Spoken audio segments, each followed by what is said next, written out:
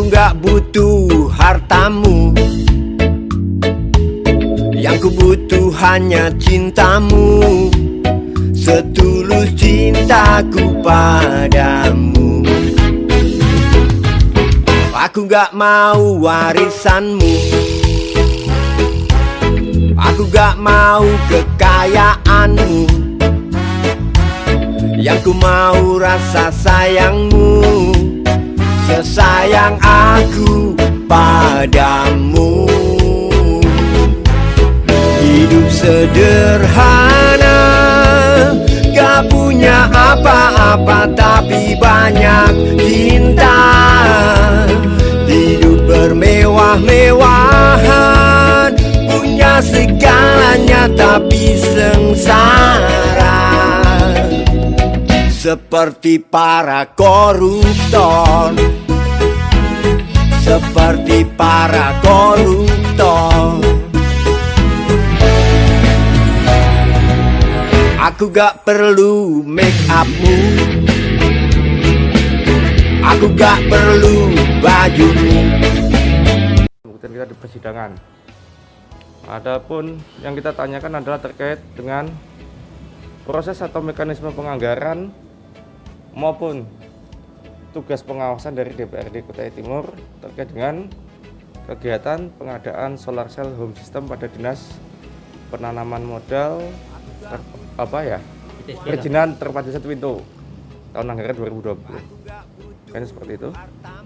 Mungkin ada yang ditanyakan? Siapa itu? Yang Disebutkan namanya nama orang ini. Nama-namanya belum bisa. unsur pimpinan ya.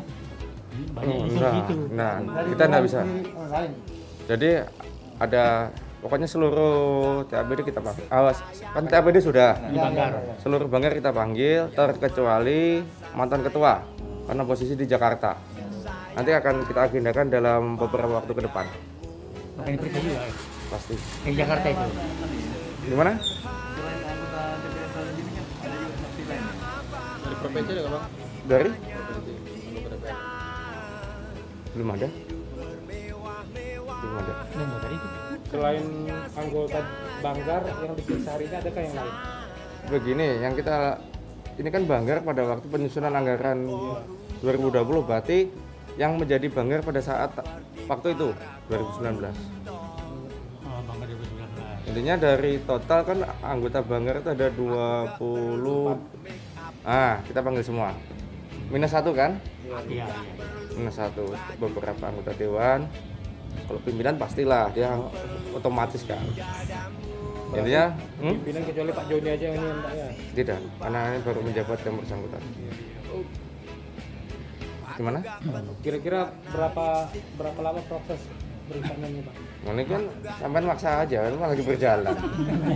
Kan anu aja biar tambah panjang aja.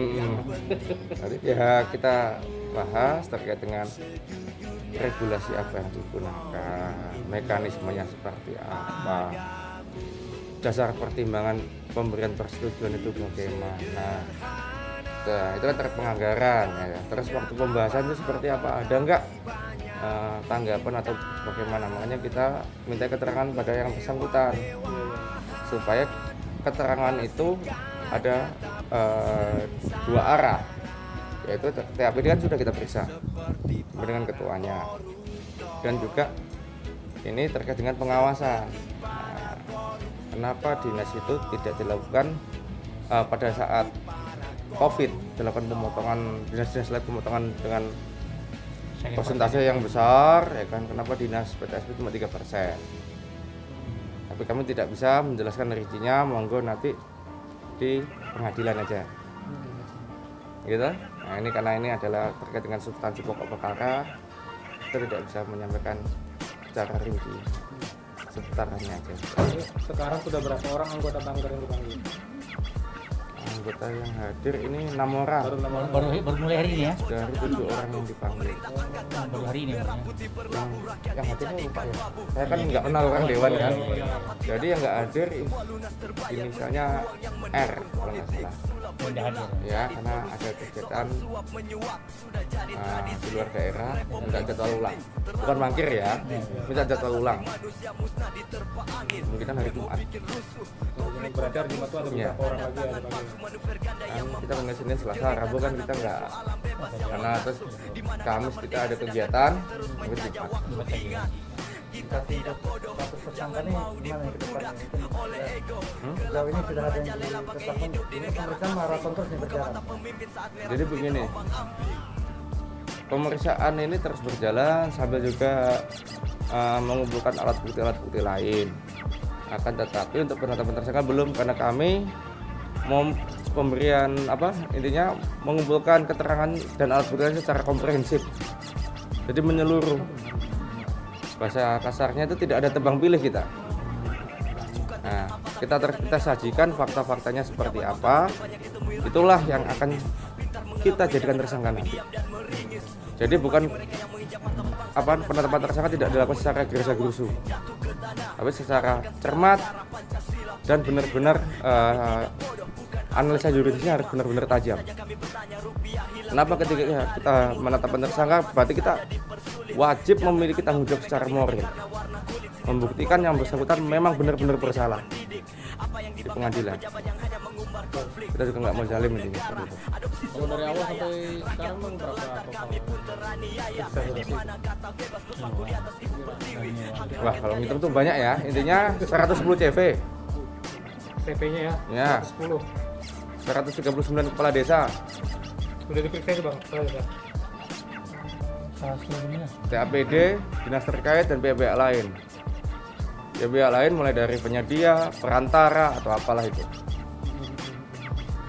Tapi dari beberapa yang dipanggil, berapa banyak sekian banyak tuh belum ada gambar-gambaran menyasar ke siapa gitu bang ya? Kalau gambaran sudah ada, cuma belum bisa kita sampaikan. Sesuai dengan asas hukum kita adalah praduga tak bersalah.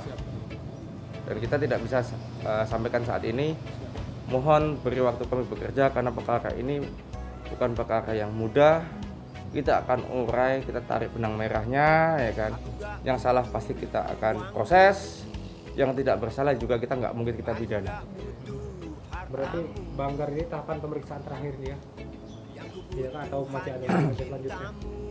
Insya Allah tidak lama lagi. Dalam lagi ada. Karena kami akan ke depan akan finalisasi dengan BPK terkait dengan KN kerugian negara. Yang 139 kasus sudah diperiksa semua, Pak? Gimana? Yang kasus sudah semua dipanggil. Kades itu kurang lebihnya, wah pasnya saya nggak cukup mana satu mas. Ini jadi kolektif kolegial kami nih.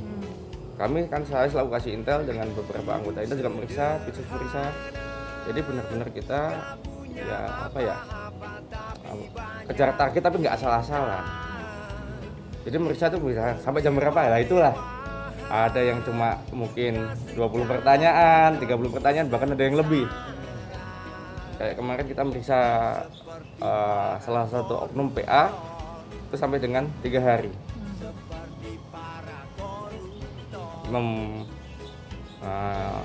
Inisialnya PA, selaku kasubag program di Bapenda, kita periksa sampai 3 hari.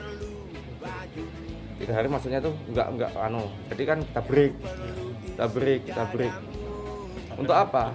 Iya, kita mau menemukan fakta hukum, ya kan? Baik itu secara formil dan materialnya.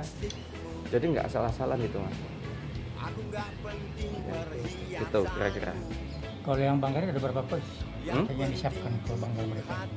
Apanya? Kira-kira berapa pertanyaan yang disiapkan mereka? Iya kan tadi saya bilang seputar dengan mekanisme penganggaran, presiden bagaimana dan juga pengawasannya. Pasal sangkaan pasal 3, contoh pasal 18, Undang-Undang 3199 Undang-Undang 31 tahun 99, contoh 20 tentang pemberantasan tindak pidana korupsi, Jungto pasal 55 ayat 1 ke 1 KUHP. Nah, pasal 55 ayat 1 ke 1 KUHP itu adalah apa? Turut serta, berarti dia tidak sendiri. Karena sejatinya tidak mungkin perbuatan korupsi dilakukan sendiri, tidak ada berdiri sendiri. Karena di situ ada bermain peran atau berbagi peran. Nah, di situ yang kami urai.